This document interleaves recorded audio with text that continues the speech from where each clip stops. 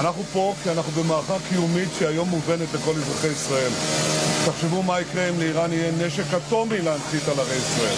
תחשבו מה יקרה אם לאיראן היה 20,000 טילים כאלה. לא אחד, 20,000 כאלה. זה איום קיומי על ישראל. ולכן יצאנו למלחמת הצלה נגד איום השמדה כפול, ואנחנו עושים את זה באון. חיילינו, טייסינו, מעל שמי איראן.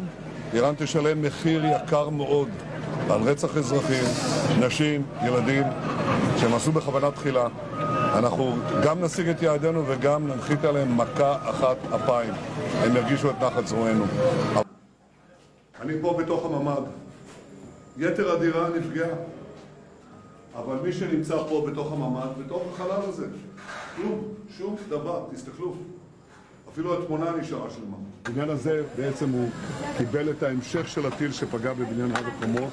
רובו ישן, לא היו בו מרחבי ביטחון למיטב ידיעתי, אבל כל מי שהיה לו מרחב ביטחון והיה בפנים, כולל פה, בחדר שהייתי בו עכשיו, ובגרמי מדרגות. ובגרמי המדרגות בבניין שנפל, לא קרה להם כלום.